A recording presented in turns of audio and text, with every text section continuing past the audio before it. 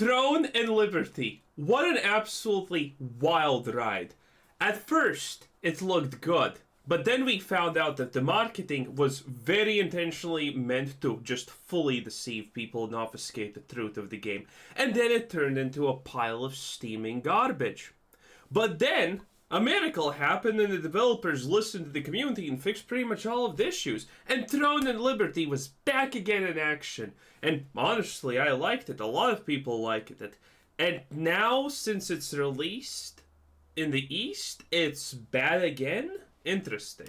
Hey, what's going on? Welcome back. So the last time we talked about Throne and Liberty, we left things on a fairly positive note. The game had, at the time, just recently released in Korea, and buzz around the internet was overall generally good. Lots of positive first impressions and early reviews from people who had played the game. Primarily, this seemed due to some good improvements that were made to Throne and Liberty from its beta testing to full release. In fact, it seemed like many of the major gameplay and systems complaints had been addressed. Combat got an overhaul from its previously static feel with almost no mobility to a more fluid and dynamic system, The combat first was...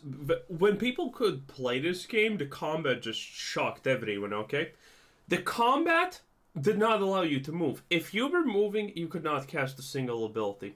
So effectively that meant you're invulnerable to everything and almost anything while just moving. Because even auto attacks can't happen while you're moving. The combat was just static. You stand here, the enemy stands here, and then, well, you just kind of go at it. It was crazy bad. And the thing was, the trailer for this game was specifically meant to hide that this is the combat system. Everything you saw was people using skills that, actually move the character, because there were a couple of ones like that. Dude, it was crazy how hard the marketing tried to hide the fact that this was actually the game. line with other modern day tap target MMOs. As for content, it seems like much of what we were looking forward to was there. The massive open world with thousands of players all sharing a single server and everyone visible as there's no phasing. Open world public events, non-instance large-scale dungeons, solo challenge tower climbs, world bosses, open world PvP, tons of guild activities, and plenty of character and account progression for you to chase after. And then on top of that, they had removed the autoplay features that people complained about, where you would just click a button and the game played itself, farming. Yeah, obviously no one liked that.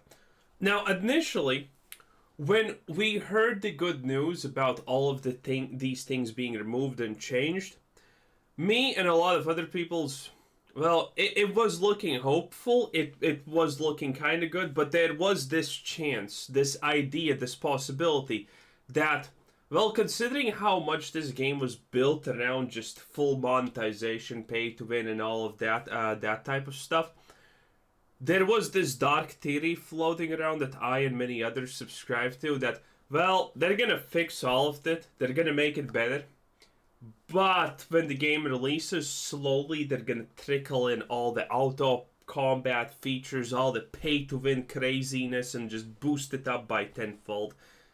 And, well, maybe that has happened. And grinding for you while AFK. In doing so, they also retuned all of the progression and farming speeds to be more in line with the fact that people would actually be playing themselves, so things like the time it takes to level your character and skills, the amount of gold and materials required to craft, all of that was drastically reduced. As a result of these changes, along with the game's core foundation of systems, features, and content, as I mentioned, resulted in an overall positive impression of the game in terms of what we were seeing from those early reviews and first impressions. But these systems actually were so good. Like, the best part about Throne and Liberty is, but beyond a doubt, this. You see this? It's like Guild Wars, where you equip weapons and you get the skills of them, but I think Guild Wars 2 failed because of a simple reason. Well, it hasn't actually failed, it's actually doing pretty well, and recently it had kind of a steeper climate player resurgence. But Guild Wars' weakest part is the weapons. Now, equipping weapons and getting skills from those weapons is cool, but Guild Wars kind of drops the ball in my opinion on that, because you can't mix and match anything. And Throne and Liberty allows you to do it. You know, you equip a greatsword, congratulations, you equipped a greatsword. here's not 3 abilities like Guild Wars would give you for your hotbar, but here's like 10. 10, and you choose which ones you actually want. And then you have your second weapon, which you don't actually have to also swap, because swapping weapons in Guild Wars 2 just, it's not bad, but it's a chore, it's a hustle, It kind of doesn't feel that great. Here, the second weapon is just always there, and guess what, baby? That bad boy also has 10 skills that you can use. So the mixing and matching here is just absolutely sublime perfection.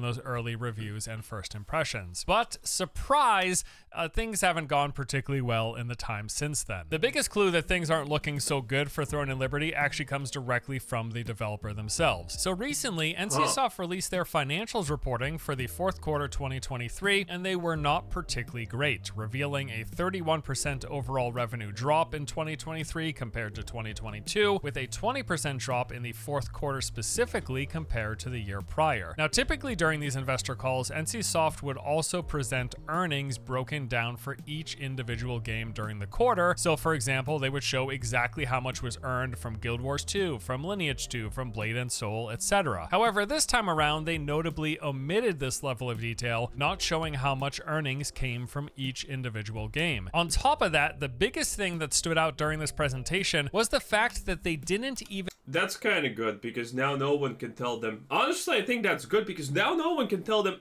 Guild Wars 2 is making less money, more microtransactions.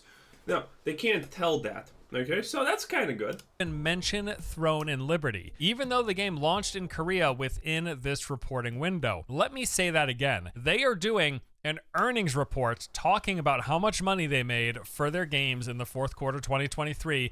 During that time, they launched a brand new game, Throne and Liberty, and they didn't even bring it up. They didn't mention the game at all whatsoever during the entire earnings report. Unsurprisingly, investors...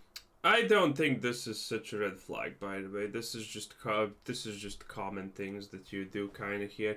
If something's down, you don't exactly wanna show how much things down is, because okay, imagine you're like, I don't know, Blizzard, and well, now you're down 50% in whatever statistic that you want, and you literally point the finger at like StarCraft. Guess what? People are gonna leave StarCraft because guess what? Dead game. No one wants to play a dead game. So them not pointing fingers at stuff is pretty common practice. Noticed this omission because of course they did. They spent a lot of money on the development of Throne and Liberty over the course of 10 plus years, mind you. The game finally released and they want to know how well it did, but NCSoft doesn't even mention it. So towards the end of the call, during the Q&A portion, investors pressed them asking what the heck, to which they responded by saying that Throne and Liberty had in fact underperformed, adding that they were working on trying to sort out the game's rough launch and make it better, but ultimately they're more so banking on Amazon's global release to save the game. The TLDR of all of this is that Throne and Liberty launched in Korea. It did so poorly that NCSoft is basically writing it off and turning their sights to the global launch being handled by Amazon to recoup their cost and ideally. Honestly, was it supposed to be that huge of a big impact deal in Korea? I'm not even sure it was actually supposed to be that. I always thought that this was more like for the West, honestly, than Korea, but maybe I'm wrong. I don't know. Earn some money. Speaking of earning some money, let's get a quick word from today's sponsor. Today's video is sponsored by Luck Catchers 2, a multiplayer socioeconomic MMO set in a socioeconomic MMO set in the World War II era? Vast world of magic, dragons, and flying yeah, close enough. World War II was pretty magical in a lot of senses. Dark humor. In the description below, and using the code FORCE will unlock some free in-game goodies. All right, so back to Throne and Liberty. The game launches in Korea. It completely bombs. NCSoft doesn't even mention it in its earnings report. Investors are upset, and they respond by saying, hey, we got the global release. It's going to save us with the help of Amazon. Now, as much as we can totally go, haha, Amazon save your game, LOL, nice. Yeah, I was actually going to get into that.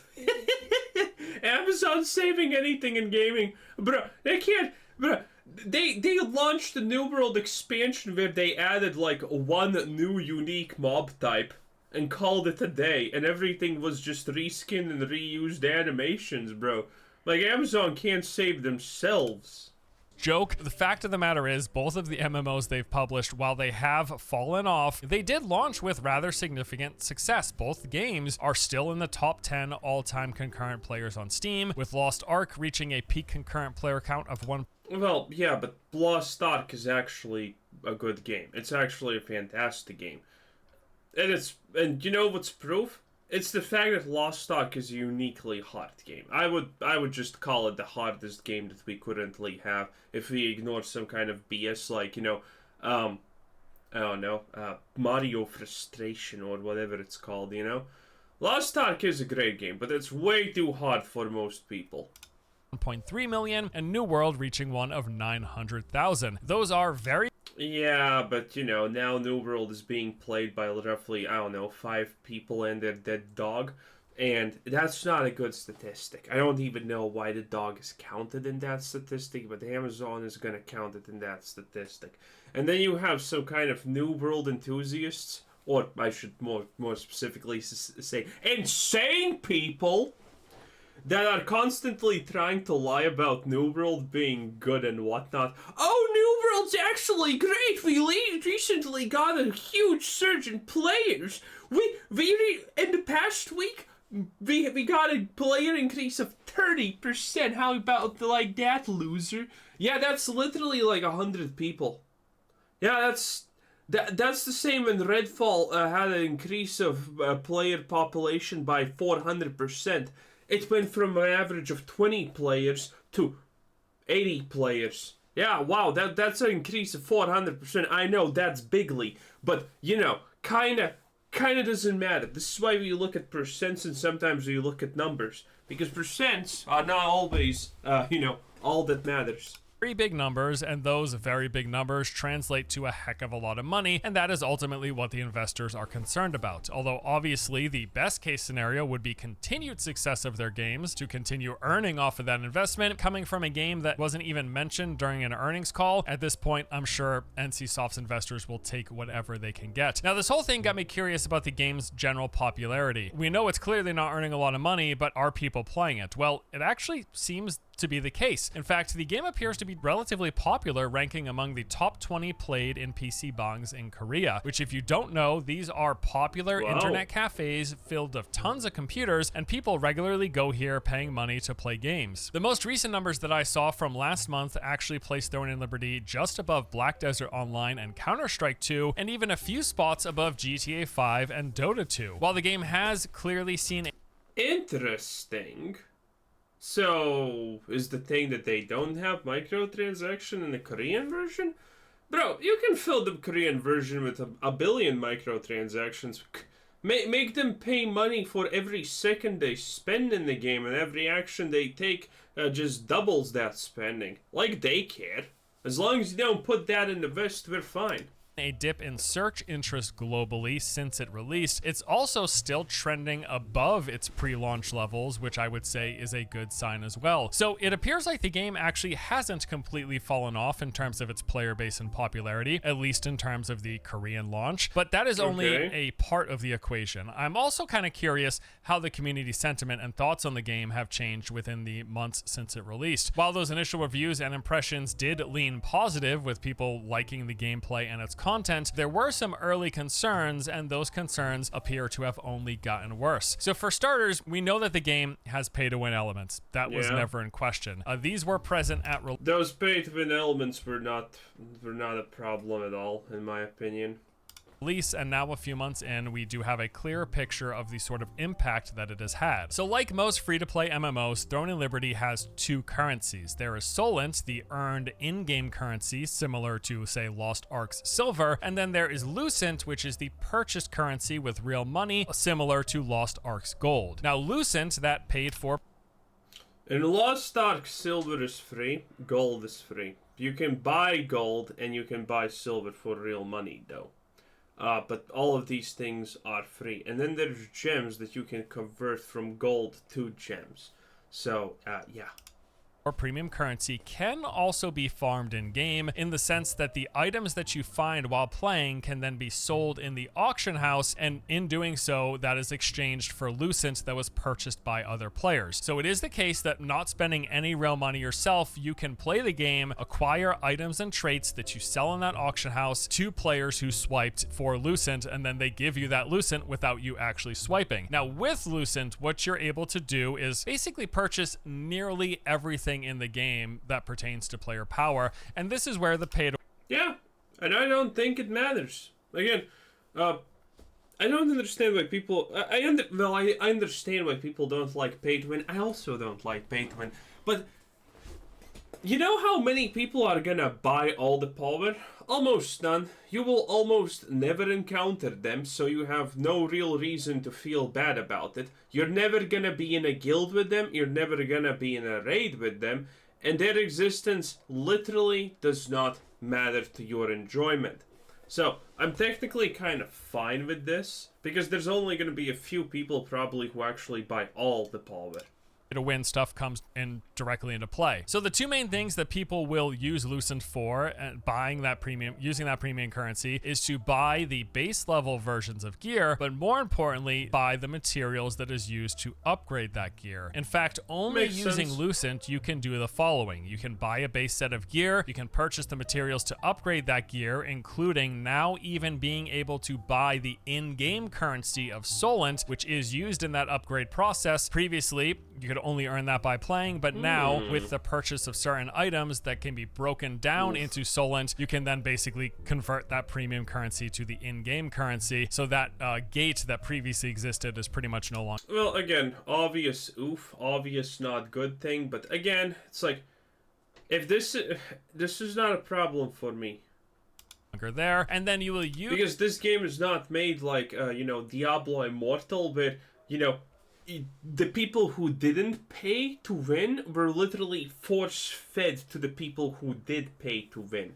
Okay? So this is different. use those materials that you purchase, as well as that Solent that you got by breaking stuff down, to enhance your gear, bumping it up to its maximum level. All of this just by spending real money. Now, this whole thing can be done as well, entirely free to play, but of course it will require much more time playing the game, grinding for Solent, grinding for the upgrade materials, and even grinding for items that you will sell for lucent. People who are swiping can't get more powerful than free to play players, but they can reach that max gear level of power much faster and with less playtime. Almost, because it actually turns out that Throne and Liberty does have some anti-pay-to-win built into it. The total best-in-slot gear in this game comes from activities like defeating world bosses or doing dungeons, some of these items are not tradable, meaning you can't buy them in the auction house. But even more so, most of these activities will be controlled by top guilds. It requires actually playing the game, being invited to those guilds, attending those events, and being rewarded that gear. So to get the absolute tip of the top best-in-slot stuff in this game,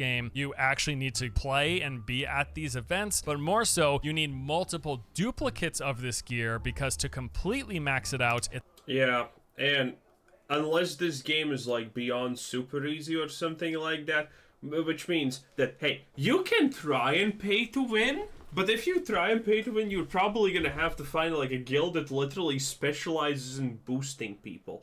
In which case, you will literally never interact with these people, by the way. And that's fine, because this means now that, well, they can't pay to win. You actually need to be still good to receive the rewards and whatnot. So, what a ride, huh? it's not something that you can purchase. It actually requires you merging them together. Also, part of Throne and Liberty's power progression involves upgrading your skills, and one of the items used to do these upgrades, parchments, can't be purchased either and is only acquired by playing. So these are two major elements of maxing out a character's power in Throne and Liberty that can't be paid for, at least currently. This, of course, could change. But honestly, from what I've heard, this isn't even the real big problem with Throne and Liberty. The issue that the game is facing isn't even so much the pay. By the way, I don't even think that many people are honestly against pay to win like this. Because most people are sane and don't think that, oh my god, you know, this one guy out of a million, he's gonna be stronger than me. And I'm trash and he can be stronger than me because I'm trash and I would also pay to win if I had the money, but I don't have the money. I'm trash in real life and in the game. I feel bad that he's better than me. I mean, most people aren't insane like that, okay? If you're gonna play this game and free to play can be exactly as strong as pay to win without too many problems, then I don't see the problem. Again, people are calling Lost Ark, for example, pay to win, and yes, Lost Ark is pay to win. You can pay to win a lot there. But then at the end of the day, if you're trash and no one thinks you're good. You're just trash. It is what it is. No one's gonna play with you, and all of your gear doesn't matter.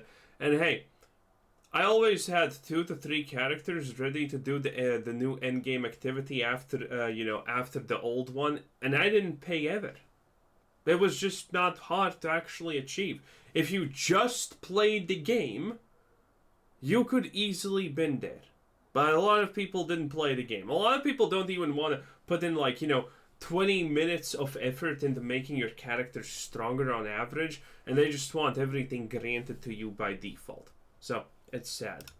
To win aspect because, as I mentioned, free-to-play players can get just as far as pay-to-win players. People who pay can't get more powerful, they just get more powerful more quickly. But the biggest problem with Throwing Liberty right now is the botting. Apparently the game is absolutely, completely, and totally overrun by bots, and that botting gives players a significant advantage, which, can we just take a moment to, I guess appreciate the irony here? After NCSoft removed Astral Hunting, which was their in-game built-in botting that they had, and they did this due to community complaints following the test last summer, the game now it finds itself overrun by people just using external autoplay bots. And how are those bots impacting the players? Well, this is how it works, basically. Throwing to Liberty's endgame really primarily centers around competition between guilds and players in PvP and elsewhere with its ranking and leveling systems. So people who are using these autoplay macros and bots have been gaining a significant lead over those who don't, being able to constantly farm materials and currency, which is then used to feed into boosting their ranks and levels of their guild. And this matters a lot because the #1 guild on every server gains exclusive access to a castle, which, if defended, rewards them millions of Solent and Lucent. And remember, Lucent is that premium currency in the game. So guilds who okay, so maybe this is where the pay to win actually starts.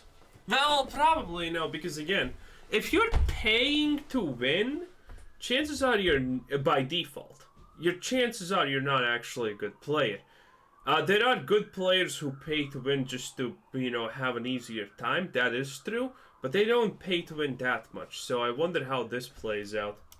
who are full of players that are using bots and farming 24/7 are able to climb the ranks, get that #1 spot, and then if they defend their castle, they are actually monetarily rewarded. They're given the in-game currency as well as the premium currency, and they got there essentially by cheating, by botting. Now, just because a guild uses bots, it doesn't guarantee they're going to take the #1 spot, but clearly it gives them a rather significant advantage over guilds that are full of players who aren't using bots, because they have to put in significantly more time and effort. When you're playing against guilds full of bots, they are farming and climbing those ranks 24/7 while you're only doing it while you're playing. Now, obviously, actively playing players can be more efficient and effective at climbing the ranks, but if you have people who are combining no-lifing, but then whenever they do take a break and sleep, then botting, that does give them the edge and make it all the more likely that guilds that are exploiting this and using bots and autoplay macros. That's not even the correct explanation, by the way, for this situation. The correct explanation is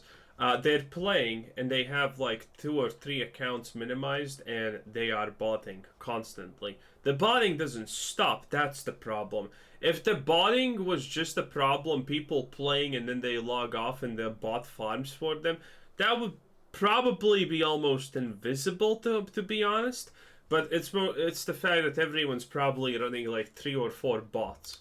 Have a big advantage to reach that #1 spot, to then control the castle, which if defended gives them that huge in-game benefit of all those extra currencies and other stuff that comes with it. And seeing as the end game in Throne and Liberty really centers around group content, and that's something else that you should know, this is very much a group and guild focused game, specifically guild PvE activities, guild PvP activities, open world activities with the guild. This isn't really a game tailored to the solo player, to the small group players. It's really all about big, large scale group activities. And all of this means players who are non-botting and guilds who are non-botting have a significant disadvantage on pretty much By the way, this is an open dungeon. every server unless these bots are dealt with. Open dungeons in this game are pretty much something like Anarchy Online, if you have played that. You know, you just enter them, it's an instance, but everyone sees each other, so kind of cool. Pretty much every server unless these bots are dealt with. I want to say here as well, I want to give a special thanks to Canon, who really helped catch me up to speed on how things have been going for Throne and Liberty. If you guys are looking for more detailed coverage of the launch of the game and how things have rolled out since, definitely go check out his channel. He's posted quite a few videos. So with all that, yeah, we watched a couple of them. that said, where does that leave us now? Well, I think on the plus side, it's great that Throne and Liberty sounds like it has good content and gameplay, that they're generally good, even if nothing else changes between the Korean. I don't know. I think this is not enough to tell currently to flip my opinion on Throne and Liberty. Botting, okay, well, sucks to suck. I'm pretty sure it's going to be different in the West. Probably Amazon is going to get rid of bots. Will there be bots? Yes, obviously. To pad the player numbers because that's lucrative. But the pay to win aspect completely doesn't bother me. So I think it's going to be good. And global release, it appears like the game has plenty of interesting content, a unique, interesting world, lots of cool features, and it feels good to play, at least so I've heard, and that is all great news. When it comes to the pay-to-win features, well, they're frustrating. Being a free-to-play game, we do of course understand they have to monetize somehow, but obviously my preference, is they stay far away from allowing you to purchase power. Well, they have not done that. You can buy most of the top-tier gear, but at least swipers can't pay to become more powerful than free players, but they can in fact reach those upper echelons of power much quicker and with much less playtime. Okay, the real issue of when a game is too much pay to win is when the pay to win players can well, first of all, it's completely irrelevant can a pay to win player actually be higher. Reach a higher tier in general than a free-to-play player or their equivalent. As long as the pay-to-win player can always be like, you know, have a marginal lead on the free-to-play players and they have no chance of actually catching up, that is when the problems start. Anything else, in my opinion, is just, who cares? But if the pay-to-win players can actually get a significant advantage and constantly hold that giant gap, that's when the game is truly pay-to-win. Because even if you have a chance to get where the pay-to-win player is, you will probably never get it while being free-to-play, even if you're kind of grinding a lot. So, it is what it is. Anyway, that was our boy, Force Gaming. What a time to be a time. And this was Christopher, and thanks for watching. Subscribe if you haven't already, and have a nice day. Bye-bye.